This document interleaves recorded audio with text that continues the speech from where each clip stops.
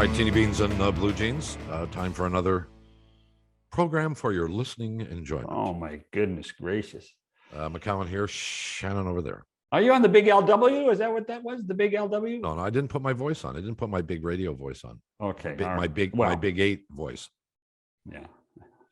There's still some big 8 guys out there, not many. Oh, but sure there are. From the golden era, the late 60s and early 70s, the guys, all those guys with big voices. I loved that radio. And miss it today. Although, since we are on Sirius XM, for those of you that subscribe, if you're of a certain age or you like 70s music, go to channel 7. 60s. No, it's 70s. gone. It's 70s gold now. It's called, I think it's channel 73, Bob. They moved it. 70s on 7 is not there anymore? No, I think they moved it into the 70s. I think you're 100% wrong, John. Okay. All right, Bob. In fact, during the break, I'm going to look it up. Okay. And maybe it's the 60s one they moved. So, who's on one of those is an old DJ from Toronto, Tom Rivers. Well, I remember Tom Rivers. Yeah, but Shotgun Tom Rivers is on one of the channels. He's on fantastic still. Yeah. And CFTR, the old 680. When I moved to Toronto, he was on CFTR. Yeah. Oh, yeah. That was great radio.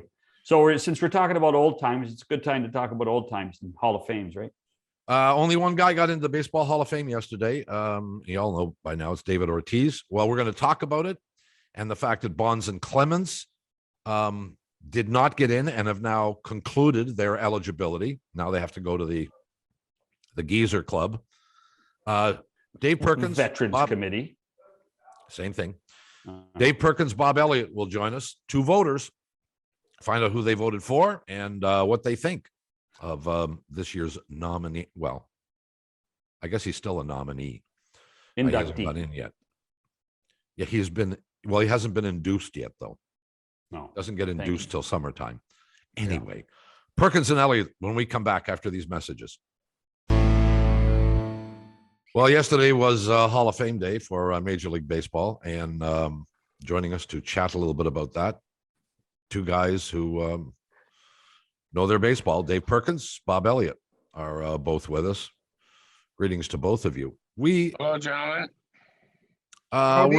Were you surprised at all there was only one this year in Ortiz? Perk? Go ahead, Perk. I'm never surprised by anything. Whatever happens is fine with me. Seriously, I'm a voter. I'm one of the 400. I fill out my ballot, send it in, and then whatever happens is, like I say, fine with me. I don't care. Elliot, have you got a ballot? Yes, sir. You're allowed, or used to be allowed, 10. Is that still the maximum? That's correct. Did you fill out all 10? No, 7, I think it was. Perk? No, I had 5, I think. And 6. Ortiz was on your ballot? Was one of the marked guys, both of you? Mine was. Yeah.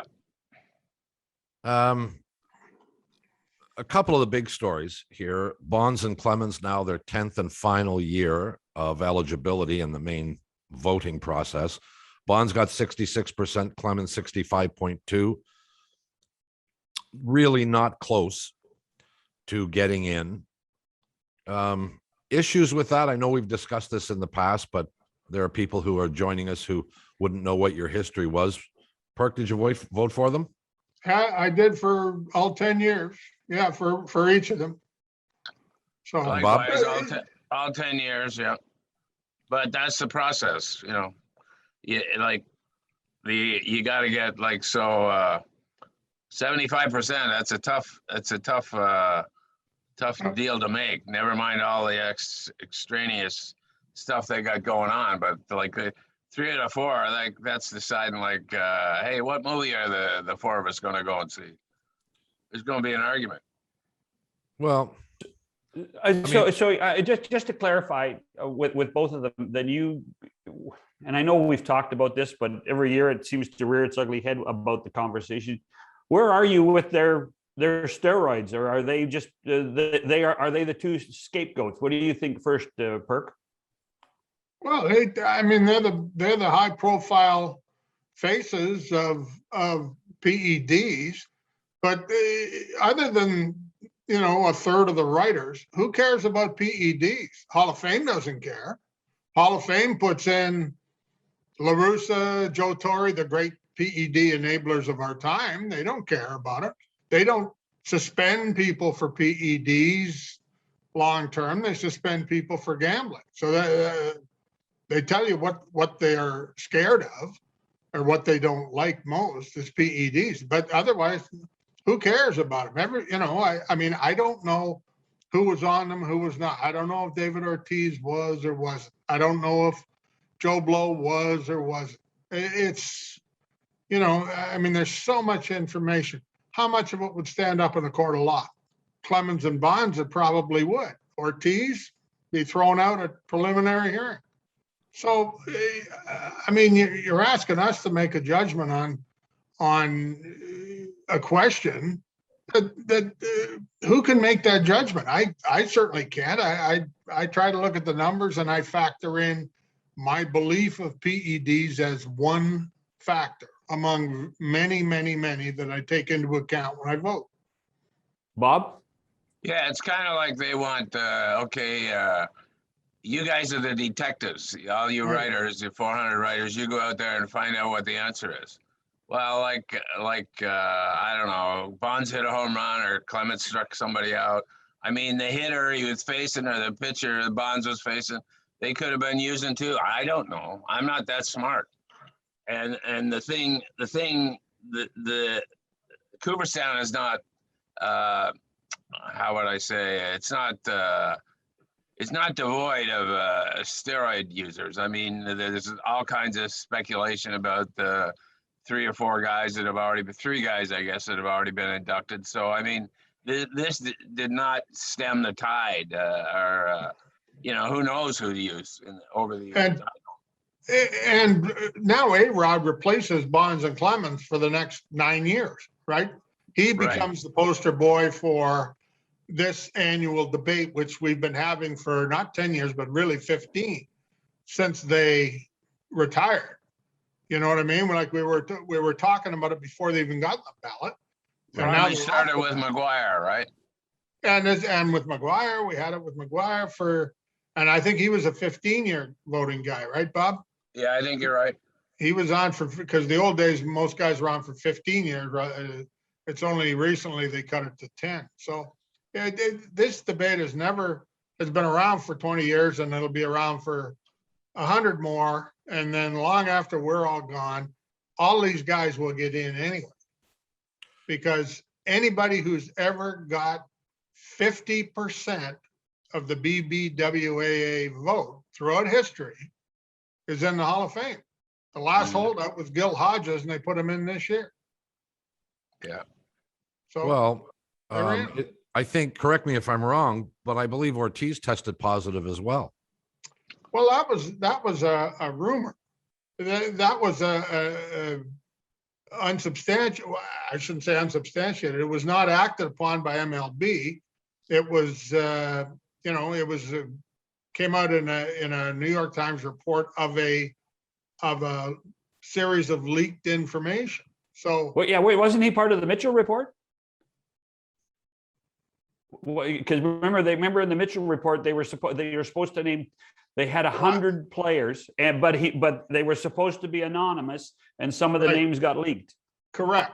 A few of them did, but I mean that was a backlash because the Mitchell report made sure they didn't include any Red Sox, right? Because he was, trying to buy the team at the time. So it was a suspect document at the best of times. Well, it just demonstrates the kind of corruption that we have in professional sports, and baseball is not immune from that. Of course and not. I don't know how you take that into consideration.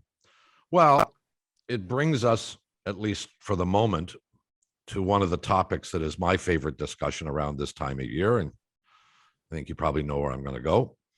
The Pete Rose conversation. 2 things. As a player, Pete Rose deserves to be in the Baseball Hall of Fame. Secondly, societally, the image of gambling has changed dramatically. The image, well, we're talking pure business partners now. well, but even from an image standpoint, back in the day, and that was baseball's argument all the time. Sure. Was sports argument, was the NFL's argument, it was everybody's argument that it was bad for the sport. And I said consistently that what it was really was bad business for the sport because they wanted a piece of it. The National Football League put pressure on Las Vegas to pay them for the use of their logos. And when they wouldn't, they made them take them off. And even the team names were not used in sports books. They were forbidden from using the nicknames of the teams. Sure. So this was a business decision all along. How would you bet on a team, Robert? Well, if you were going to bet the New York Jets, it was you looked at the board and it was NY and bracket A. And if you wanted to bet the Giants, it was NY bracket N for the conference that they were in. Yep. So they would use the city names, which they were not prohibited from doing, but were not allowed to use the logos or even the nicknames. And in fact, I've told this story before, but when I lived in Las Vegas, I used to periodically go on Sunday mornings to Caesar's Palace, and they had these giant football helmet chairs, individual chairs in the shape of a football helmet of each of the teams in the National Football League. And for a price, you could sit in one of those chairs, presumably the chair of your favorite team. And you were completely enclosed. You're literally sitting in a gigantic football helmet. Well, the National Football League, when they decided to clamp down on Vegas because they wouldn't compensate the NFL, they got rid of everything. They got rid of the nicknames, they got rid of logos, they got rid of team colors, and they got rid of the football helmets. Now, if I'd known, I would have bought one because there won't be any more. Well, maybe they'll bring them back, but you don't have a big enough house now, Oh yeah, I do. I'd find a corner. This is a sports podcast, not Better Homes and Garden. Okay, come on now. Well, so let's get back to the issue. So today, at the time that Pete Rose was prohibited from being considered, there was only one state in the United States, in North America, where you could legally place a sports bet, and that was in the state of Nevada. And we all know it was considered this outlaw state where the Wild West still ruled, if rule at all. And, we all, I think, kind of understood that the image that sports betting had at the time. That is not the case anymore. You can make a legal sports bet in all 50 states, in Canada, and I don't know about Mexico, but I'm guessing probably there too. And it has become a gigantic business. The leagues, including Major League Baseball, have relationships with Las Vegas casinos, even with the sports betting services that are out there. Where are we on Pete Rose today? And so should something be done to, in my mind, correct the flaw, which is not that Pete Rose is in the Hall of Fame, but that you guys should be allowed to vote. Well, a couple of things first, Robert.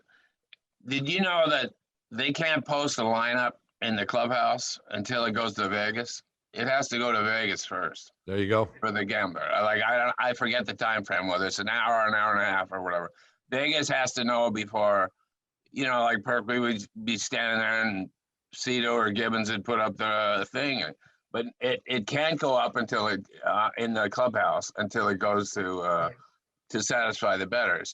And as Costas said last night, he says, thanks very much for watching. And Pete Rose is still banned. And now here's a commercial brought to you by DraftKings. Right. Like the hypocrisy of it. Right. Yeah. I can promise you this. Rose will not get in while he's alive, because Rose makes his living signing autographs, as we all know. And they do not want Pete Rose out there signing 1 million balls and 1 million bats and 1 million hats that say Pete Rose Hall of Fame. I can promise you that it will not happen while he is alive. And at some point, they'll get religion on gambling, as they already have, and Shoeless Joe Jackson will get in, and Rose will get in. But they hate Rose so much for all the grief he caused them, the people who run baseball, that he will, it's my firm belief he will not get in while he is on this side of the turf. I think it's important to clarify too, that this is an MLB decision, not a Hall of Correct. Fame decision, correct? Right, Correct. yeah, we didn't get the chance to vote on him, yeah. Because we'd have voted him in. I firmly believe that. I mean, I've been doing this for, I think 26, 27 years I've been voting. And, you know, we used to talk about it, say, well, are we going to get Pete Rose on the ballot next year? And then 20 years ago, we gave up the whole idea because you kind of realized everybody was so entrenched. Well, it's not unlike, in my opinion, it's not unlike the steroid situation. I mean, there are guys that view Bonds and Clemens and the other steroid users in one way, and then there's guys like you who view it a different way. And I'm not here to say which is right or wrong, Sure. but they are entrenched, and Major League Baseball is entrenched in this denial for Pete Rose. Correct. And if you gave the Hall of Fame the opportunity to decide, and it's important that people know this, the Hall of Fame would put him on the ballot, would allow him to be on the ballot, would they not? No, I don't think the Hall of Fame wishes to take any position whatsoever on anybody. That's why there has never been any guidance from the Hall of Fame on any voting issue. You know, 5 years ago or so, Joe Morgan sent out that letter. Remember the letter, Bob? Yeah, Yep. Yeah. The late Joe Morgan sent out about how we shouldn't have steroid guys in the hall and blah, blah, blah, blah, blah. They would not let him send that out on Hall of Fame stationery. They made him send it Even out as though- a private individual, even though he was on the board of directors. even though he was, yeah, correct. He was on the board of directors of the Hall of Fame. Hall of Fame takes no issue whatsoever. Believe me, I've talked to several guys who have run the Hall of Fame and said, why don't you guys give any guidance at all here? Why don't you lay out what you think is right? And they go, oh, that's not our call. That's your call. Like they want to have us to hang the problem on. Whatever way you go, somebody's mad, right? If you vote these guys in, half the people are mad. If you don't vote them in, half the people are mad. Well, they're quite happy with the half the people being mad at the writers. And then the Hall of Fame could go, well, it wasn't our decision. It's those writers. Perk, do you They're remember that mad. Rick So- T-Lander? Remember him out of Chicago? Yeah, Yeah, he got up one time, I think it was in Chicago at the All-Star game. And so Selig did his question and answer period. And he said, could you please give us some guidance? I'm like a second year, a Right. third year voter. I'm new. Give us some guidance on the steroid guys. And it was hamina, I'll get back to you Right. on that. And there Yeah. was never any guidance. No. none whatsoever. It's interesting. You talk about Bud Selig, stammering his way through Rick T-Lander's question, but who's the advocate against Rose? Is there someone that says we're going to stand up for this and we're going to respect what Bart Giamatti and Fay Vincent wrote? Is there someone in Major League Baseball now that is carrying this torch? I've had people tell me that Vincent firmly believed that the stress that Giamatti was under during the Rose trial and all that, like he died from a heart attack, and he blames Rose for his friend, it was his best friend, for his death. So, but I mean, as for now, I'm not sure whether he was in that office a long time, and so was Manfred. If I was going to bet $1, I'd bet it would be Manfred. Sure. Do you guys deny that Major League Baseball controls the Hall of Fame? I don't In think what way? It's a museum of the game. It's a kind of it's not an offshoot of Major League Baseball, but it's certainly it couldn't exist without MLB's, But they're not an fine. independent body. Well, they make donations, but like Robert, but by control, I would take that to mean is, hey, I want my guy in. To my knowledge, that cannot happen. Well, Yeah. let me take the opposite point of view, Bob. Okay. And that is, I want my guy not to be in. Oh. I never thought Major of League that. Baseball banned Pete Rose Yes. from being voted on by the Hall of Fame. And the Hall of Fame has taken no position on it, Right. Right, which is what they tend to do on everything. right. So essentially, it's Major League Baseball that is controlling, in this instance, not just Pete Rose getting into the Hall of Fame, but the right of guys like you who do not get paid for this to even make a decision on the relative merits of him getting in. Guys like Clemens and Bonds, yeah, they give you the right to make those decisions. And collectively, the decisions have been made that they're not getting in. And probably A-Rod isn't going to get in either. But they have prohibited you guys from deciding whether Pete Rose's indiscretions are worthy of keeping him out of the Hall of Fame. Right. Therefore, they control the Hall of Fame. See, not to be contrarian here, Bob, but you're suggesting that A-Rod will be the next guy that will be on this platform like that. But here's the fascination. You don't think so?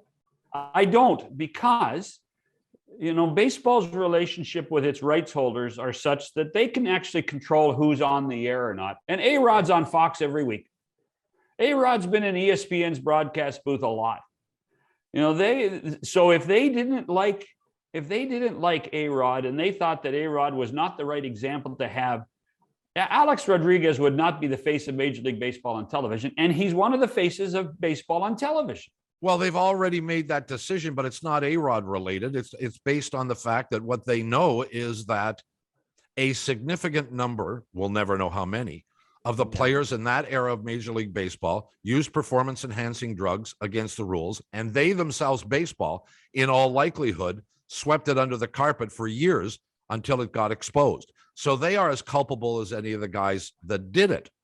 So for them to then turn around and have an opinion or a negative opinion on Bonds, Clemens, or A-Rod, it's not going to happen. Well, above and beyond, how many votes? You're looking how many for votes did A-Rod consistency? get? How many votes did A-Rod get? 38%? 34. 34%. Slightly below what Clemens and Bonds got in their first year. Slightly Exactly. So, and you think, John, that he's going to wind up getting in? Well, we got 9 years to figure it out. I do actually. Why? Well, unlike Bonds and Clemens, he was suspended for a year. Yeah. 162 games. It was more than that, wasn't it? Yeah, and part of the previous year, yeah. Like 30 games or something. Yeah. What do you think that means? Well, that's going to cause less people to vote for him, I would think. Listen, John, if we're going to talk about MLB and broadcast partners, we just saw a perfect example 2 weeks ago. Kenny Rosenthal gets rinsed by the MLB network on Manfred's orders. Yeah. For being critical of Manfred, creating this lockout. But we all know that's a silly thing, but that's the reality when Major League Baseball owns its own TV network. Correct. And that's my point. That's my point. I mean, so they allow A-Rod on the air and they kick Kenny Rosenthal off. So that's actually reinforcing what I'm saying. But MLB can't order the writers to vote for A-Rod. That's the difference. Yeah. No. And you think there's enough in your constituency of writers that will just be abhorred of allowing him to make the difference? Yeah, I don't think he gets in from the writers. I mean, it's early, but I mean, he'll get like Bonds and Clemens. He'll end up with 2/3. And, long after we've been patted in the face with a spade, some committee will put him in. Right? Some committee will put him in. Because they put in everybody. The committees put in everybody. Eventually. Well, Can I say one thing about the Hall of Fame that yes, of course you I can. really enjoy now is that my man Minnie Minoso got in. Yes, he And did. I've been doing this so long. At the beginning, I voted for Minnie Minoso. All right, like way back when, and Minnie would be in his 90s now if he were still alive. I once got a hold of his phone number. I used to call him and talk. He was my favorite player when I was a kid. I saw him. First time I saw him play was 1960.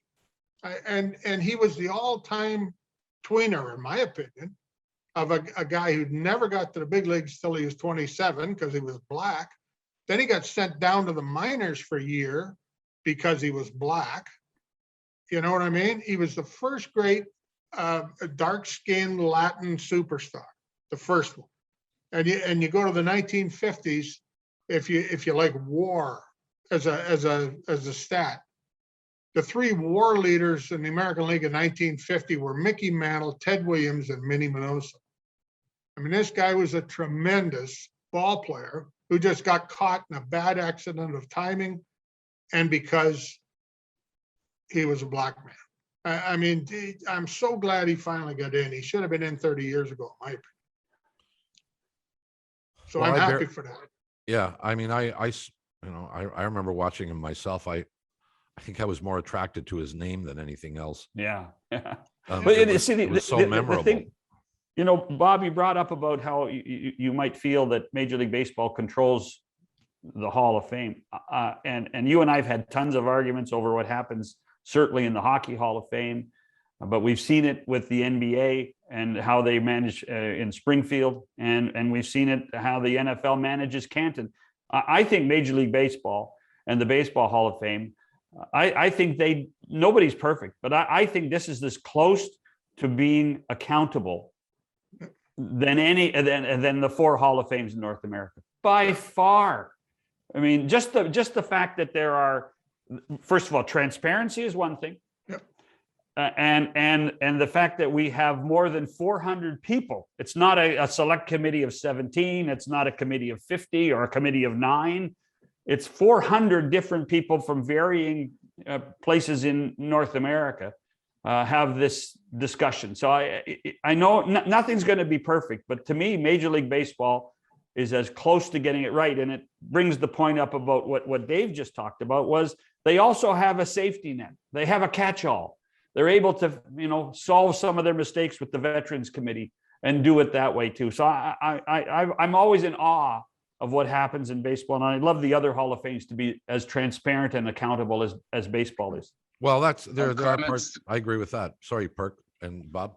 Clemens and Bonds, they'll probably be on the next Veterans Committee ballot, which will be next December. Probably. Yeah. It's my guess. It would be interesting because that committee didn't take long to toss McGuire. No, but the other thing, I've been on a couple of those, and believe it or not, there's 3 groups. There's the writers, management, and then there's 8 Hall of Famers. And I'll tell you, the 8 Hall of Famers are tough. Aren't they always? We don't want anybody else in this, and writers is trying to make a point for a guy. Nope, I remember this one night, and okay, you're the Hall of Famer, I'm not. And then another time, the guy was barking. You're not supposed to say what happens in those things, but anyways, it can get it. They got real. I was shocked. It was an most interesting process I've ever been through. So let me ask you a question. And I maybe I should know this. Is there a time limit on the amount you can be on the veterans ballot? No, just it's just that these guys are eligible, like for the first time. Bonds and Clemens and Schilling and Sosa, I guess, for that matter, they're eligible. But then the committee will meet, the historical committee will meet, and they'll form 10 person ballot. Like Piniella, what did he miss by, Perk? 1 vote or 2 votes? 1 or 2. Yeah. He'd probably be a slam dunk to be back on it. But then you also got Leland, who's retired. They showed the names on the TV last night. There was another manager. Well, I think there's a few names that we need to address, but we got to take a break first. With Dave Perkins, Bob Elliot, back after these messages. With our pals Dave Perkins and Bob Elliot, who have just concluded, some time ago, submitting their ballots for the Baseball Hall of Fame, and David Ortiz, the only new member in the Hall, with 77.9% of the ballots. You need 75 to get in. Bonds and Clemens, among others, did not make it. One of the things that has evolved in hockey, certainly, is an increased recognition of worldwide talent, and females, who at one point would have been not even under consideration. But that has now changed. and at least there is some level of recognition. Is baseball recognizing international talent, or they are omitting names that should be on the ballot or in the Hall of Fame? Perk, I'll give it to you first. Well, okay, Bob, go ahead. I think David Ortiz was the fourth player from the Dominican. I don't know the answer number wise, like if we added up all the Latin countries. I know they certainly aren't. I remember the one All-Star game, it was like player of the game, the pitcher of the game, and they were all Puerto Rican, from Puerto Rico. And yeah, but I don't want you to misunderstand my point. My point isn't foreign players who play in Major League Baseball. I'm talking about foreign players who don't play in Major League Baseball. In Japan. Is Sadaharu Haruo in the Hall of Fame? No. No. Is he not even on the? He wasn't even on the ballot, was he? No, the only big leaguers. Yeah. No. Okay. It's strictly based on MLB. Suzuki will be. Yeah. Ichiro. But is that right? Well, I mean, look how long it took them to get the Negro League guys in. I get that. My boys up here. Look how long that took. Oh, I know. But isn't it time to start looking at the game internationally? Well, I think as baseball kind of evolves, yes, they'll do what the NBA's done, and to some extent hockey. They'll think about the performance of women in around the world. The way the NBA did. They got Argentines and Australians and places where the game was big before. A lot of women's, a lot of college only players. I mean, they've expanded, so it only makes sense that baseball will someday. But I mean, I don't think I don't think imminent, but I think it will happen. I mean, it took them forever to figure out that the Negro League guys were deserving. So, Well, I'm going to give you a prime example. You can't have a Hall of Fame career in a year or two, but Ohtani is on track to be a baseball Hall of Famer for a variety of reasons. He's in the big leagues, though. He'll be on the ballot. Okay, what if he wasn't? 10 years. Bob, what if he stayed in Japan and put up numbers that are as good or greater? He wouldn't be on the ballot. Wouldn't be on the ballot. I see your question now. I understand it now. Well, just with all due respect, just the fact that you say he didn't play in the bigs. I mean, are the Japanese leagues viewed as comparable anymore? Or are they viewed as minor leagues? What are they viewed as?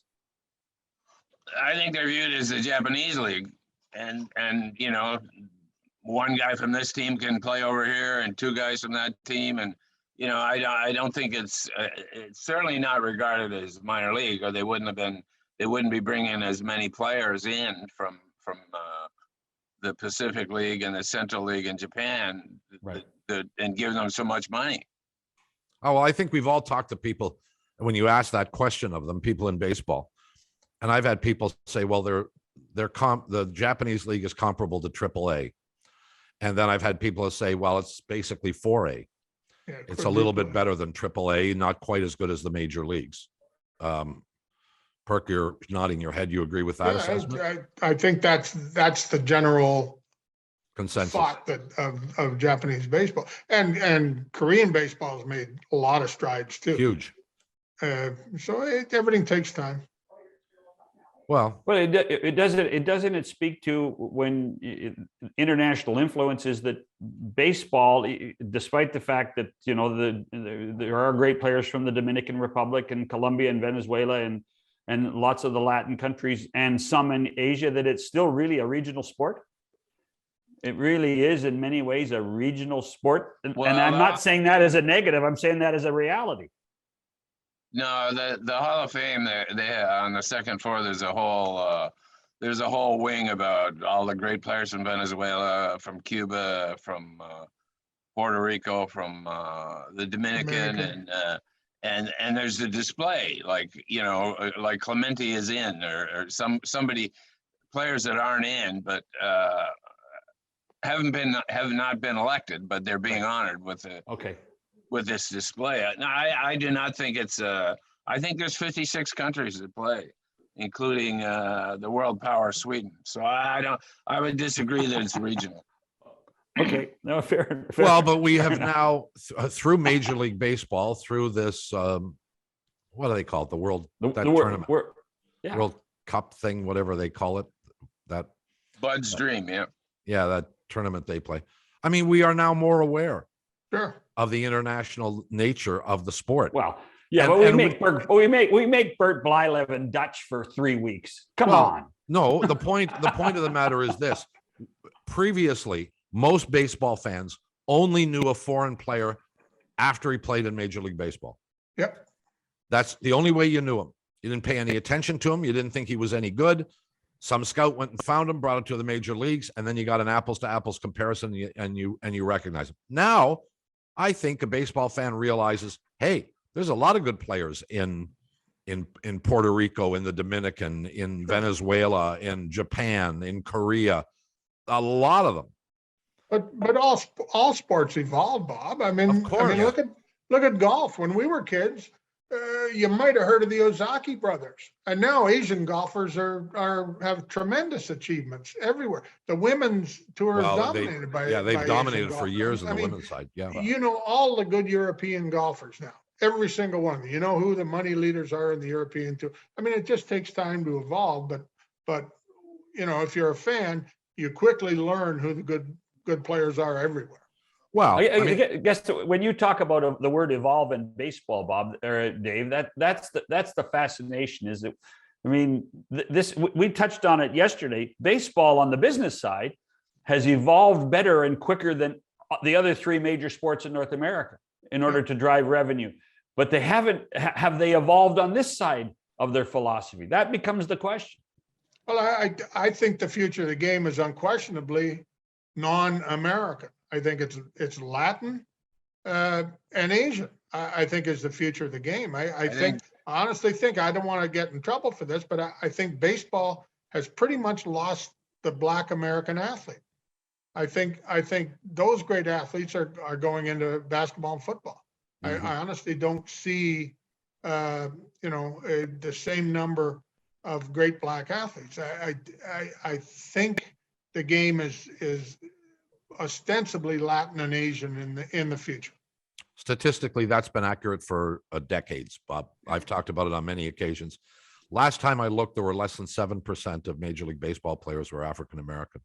And 44% were Latin, I think, on opening day. Wow. Yeah.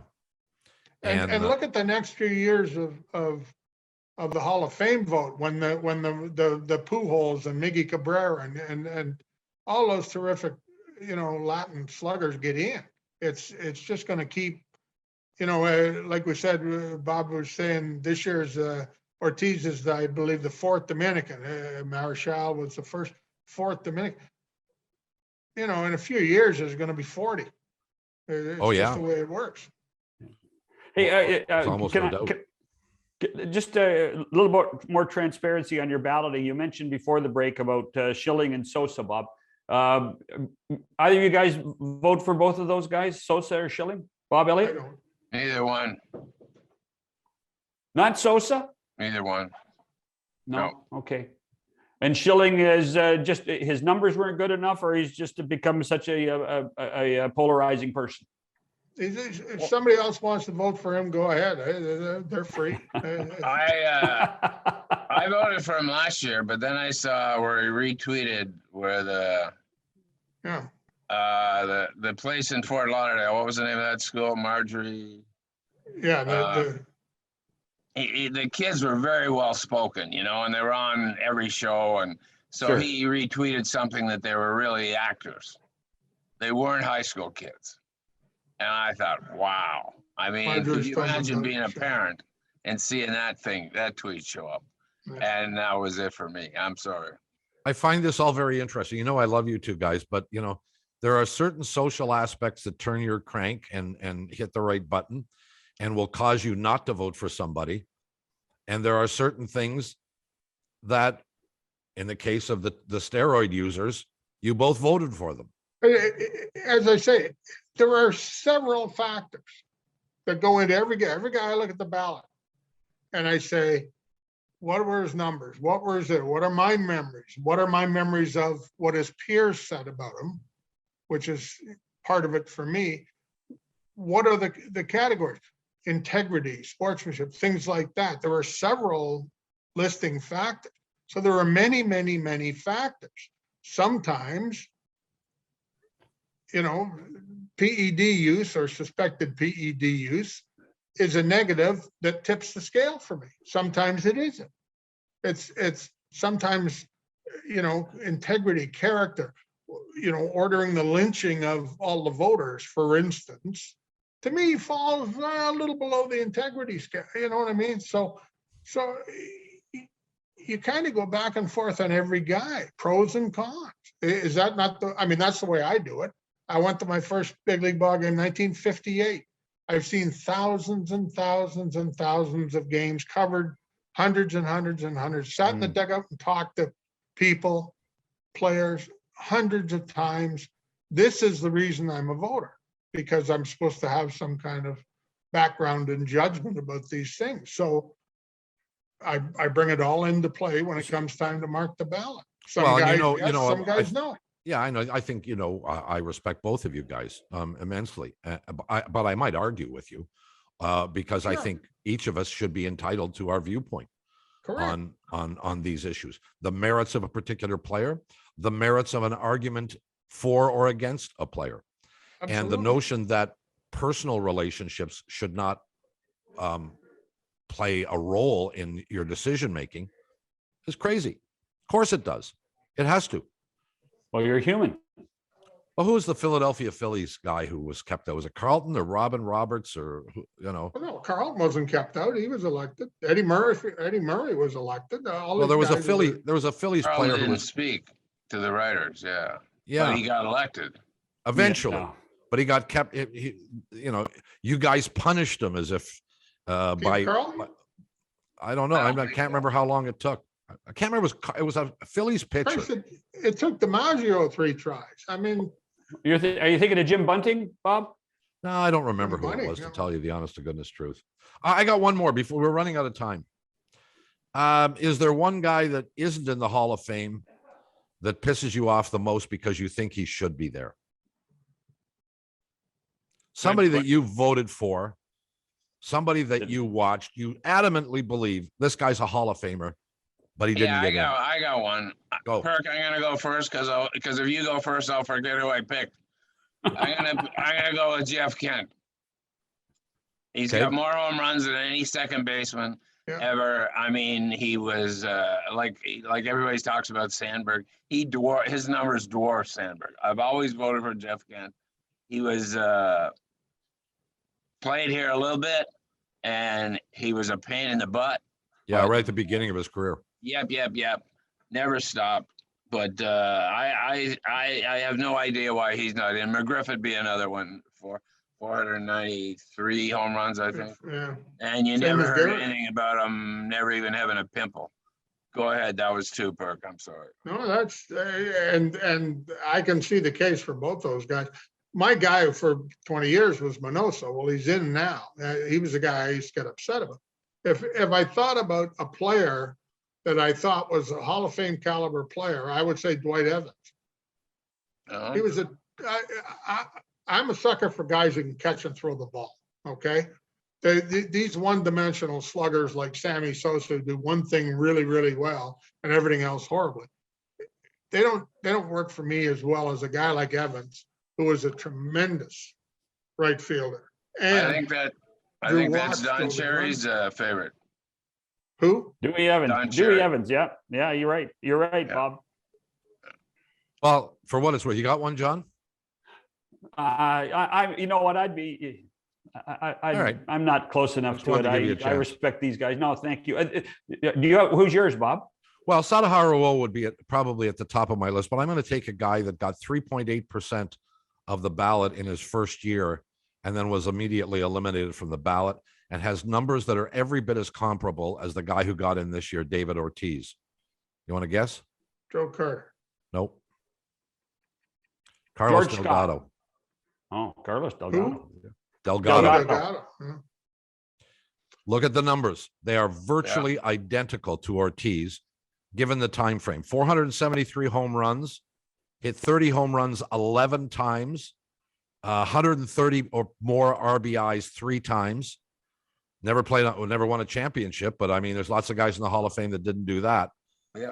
And he happened to get eliminated, didn't get enough votes because when he went that year that he went in, there were a slew of automatic guys, and he got lost in the shuffle. And But that's why you're on the ballot for 10 or at some point 15 years too, though, right? That's well, But yeah, you you get get 5%. eliminated if you don't get 5%, John. Even in your first ballot? Yep. Wow. If you don't get 5%, you're off the ballot. And he got 3.8% that year. Hey, listen, I know we got to go, but one quick question. Do you guys get lobbied? Do you get lots of lobbying? Do people phone you? Do people ever say, do you ever get, I mean, you talked about the Morgan letter, but do you get people phoning you and saying, we got to do this or we got to do that? Even guys that are on in amongst the ballot, the voters? Not for 20 years. Used to get a little bit of that in the 90s. I did anyway, but Bob? not for at least 20 No, years. the only, I did get lobbied when I was on those committees. A player phoned me up. He was a big time player. Marvin Miller's really old, Oh, yeah. I said, really? I said, I didn't know that. Thanks for telling me. Like, I was voting for him anyways. But he didn't get in that year, Yeah. So He didn't get in a lot of years. Yeah. And then another time I had a guy phone me once, lobbying. Yeah, outright lobbying. I said, when are you sending the flowers? But I was joking. There was a bit of a lobby for Blyleven, if I remember right. Yeah, So, that I used writer, to- that one writer in California. Yeah. Yeah, I used to get He some letters convinced about me. Blyleven. Perk, he convinced me. I'd answer the email. Yeah, And he wasn't like, hey, you're an idiot. It was like, why didn't you vote for him? So I explained it, and he argued back, and it was nice and calm and everything. And finally, after about 5 emails, I said, you win, you got me. Yeah. I voted for Blyleven in the last 3 years or whatever it was. and that's the whole point of it. I never sit there and say I'm right and everybody else is wrong. I go based on my own specifications. Here's the guys I vote for. Yeah. After that, if they get in, great. If they don't, I don't take it personal. It's just the way I think. Yeah. Well, we could go on for days, but and we won't wait Fine, until we- next. Well, I could, and John knows no short sentences either. So Hold on here. Wow. that was that was a short sentence. What was that? Yep. Four words. Oh, hold on here. Might be the shortest sentence you've ever spoken. We got to go. Time is our enemy, but we love you guys. You know that, and we're gonna. I thought maybe we'd get to this lockout and some other stuff, but maybe We got time for that, Bob. Well, we might. I'd We be got very time for intrigued that. by We your. got time for that the first week of May, Robert. Yeah. Oh, okay. Oh. Well, we'll have an argument about Oh. that, Elliot. We love you. You know that. Thanks so much for taking time for us. We appreciate it. All the best. Okay, gentlemen. Stay A healthy. pleasure. Thank you. Bob Elliot, Dave Perkins. We'll come back after these messages. Our thanks to Dave Perkins and Bob Elliot. Now, at the wait a second. At the beginning of the program, you tried to mislead the audience into thinking that 70s on 7 has moved. There's a new channel up there, and 70s on 7 is still there. Since I listened to it 2 days ago, I was concerned that you've lost your mind. Well, more. That's the thing. Hey, listen, just in listening to both Dave and Bob do their discussion, one of my favorite moments of doing the old round table, Bob, was when Dave Perkins would come in with his ballot. Do you remember? I know you remember that. Well, of course, I asked him to.